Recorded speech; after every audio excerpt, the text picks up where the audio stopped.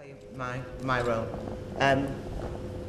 Originally, I was asked to write a response to the exhibition, and I came to a meeting, and I'm sure he'll verify that he must have gone off that day saying, "Who the bloody hell is this woman?"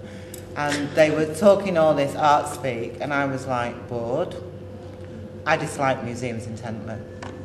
I'm not in love with art galleries, but I do dislike museums, and I went about 18 months ago to the Manchester Museum and went through that new entrance and thought, oh, I don't remember like this. Got to the top floor and thought, actually, last time I was in here was as a kid and I ran out crying because one of the exhibitions upset me so much.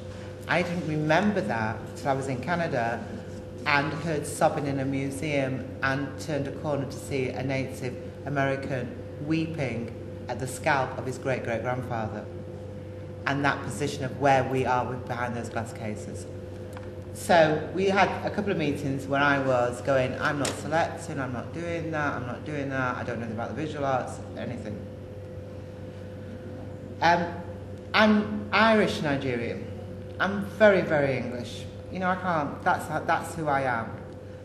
I'm usually thought to be Ethiopian, if not Ethiopian, Somali. I spend half my time trying to explain what I am, until I went to Ghana, and they knew I was Nigerian, and it was my first touch home. And when I went into Cape Coast, and I hooked up with this African-American woman, didn't know her, and we decided that we would go round the slave castle together. Went into the female cell, and the lights fused. And though I did have a torch, and I did have a cigarette lighter, the overwhelming sense of fear and panic was just unbelievable. The lights were probably only out for not even a minute. And I suddenly rang up after we were well into the programme of the exhibition and spoke to you and said, I'd like to build a door of no return, which is an installation piece, because I really felt that perhaps there was too much art and not enough humanity representation.